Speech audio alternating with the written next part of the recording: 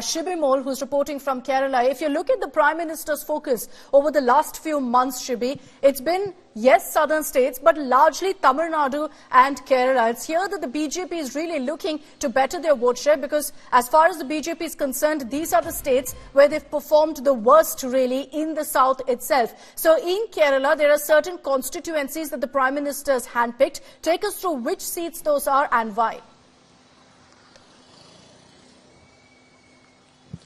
Well, absolutely, Akshada. In fact, this is the fourth visit of Prime Minister since this year began to Kerala. If we see, he had covered Thrissur and Thiruvananthapuram earlier. Now, those two seats come under the topmost priority as far as BJP is concerned in Kerala. In Thiruvananthapuram, we know it's an epic battle between Dr. Shashi Tharoor of the Congress and Rajiv Chandrasekhar of the BJP. Yes. In Thrissur, of course, that's been their top priority. It's a seat that they've been working consistently since the last many years.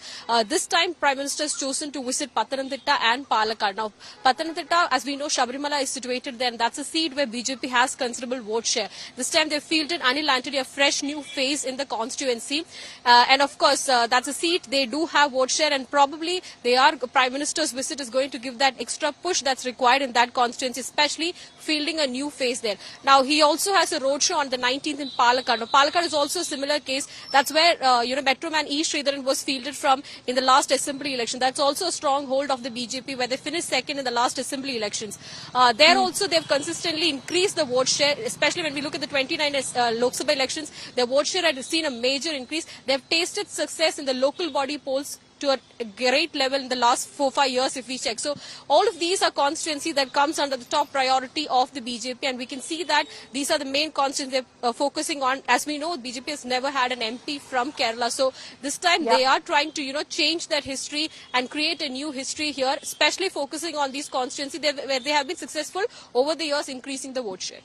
Most opinion polls suggest that there will be an increase in vote share for the BJP, but that won't necessarily translate to a seat in Kerala. The Prime Minister will be hoping to change that, especially in the seats that you mentioned, Shibi, where they believe they have a chance, whether it's Thrissur, whether it's Pathanamthitta, Palakkad, where they were hoping against hope in 2019 they'd win because they had fielded the Metroman then. It still didn't work. So this time the Prime Minister hoping that his campaign will actually make a difference. Let's focus on Karnataka. Sagai Raj is joining us live from Karnataka. One of those states, Sagai, where the state the voters choose very differently for the assembly and the general elections. And one of the few southern states, I dare say the only, where a Modi wave, the Modi factor actually works for the BJP, which is why perhaps since the start of 2024, while Modi's campaign largely in so many south states, not that much focus really on Karnataka. Does the BJP believe that they have a very, very good chance in your state?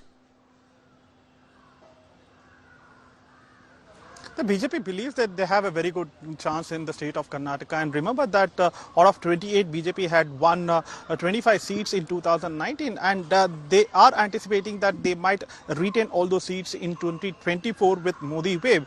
And whatever the changes that you get to see in the list 1 or list 2 of BJP, especially when it comes to Karnataka and list 2, that clearly shows that they are depending upon Prime Minister Narendra Modi to win this Lok Sabha election, and that is the reason they have changed the candidate, especially wherever they believe that it might be a cakewalk for BJP. That's where they are experimenting and trying to bring new faces. And talking about the campaign in the state of Karnataka, Prime Minister is going to kickstart his campaign in Kalaburgi, which is a home turf of AICC President Mallikarjun Kharge on 16th, that is day after tomorrow. Following that, on 18th, he will be also participating in one of the public rallies in Shivamogga, which is a home turf of B.S. Yediyurappa as well as state BJP President B.Y. Vijayendra. So this clearly shows that Prime Minister Narendra Modi will ensure that no stone unturned to retain those 25 seats, and probably a message even to Congress that he is going to start his campaign in Karnataka in the home turf of AICC President Mallikarjun Kharge's district. So in 2019, the biggest chunk of votes for the BJP in South came from Karnataka. Besides that, they also got 4 seats in Telangana, which they believe is a state where they can make huge inroads in this election as well. Abdul Bashir is joining us live from Hyderabad. Abdul, on one hand, you've got the Prime Minister campaigning in Telangana, where the BJP believes, or at least is pushing hard to try to get to double digits. It's going to be a tall ask for them. And then in Andhra Pradesh, we're looking at a mega rally where you're going to see the TDP, Janasena and the BJP coming together as well. Well, absolutely. On one hand, like you've mentioned, Akshata, it is Telangana where BJP had been seeing, progress in their seat share. Be it the local GHMC polls to the assembly elections where the number came up from 1 to 8. That is a huge number or seat share that we see in the assembly elections. Now in the parliament, among the 17 Lok Sabha seats earlier, BJP was able to succeed in grabbing 4 seats among 17, and this time they are aiming for double digit. That is at least more than 12 seats is what the BJP leaders has to say.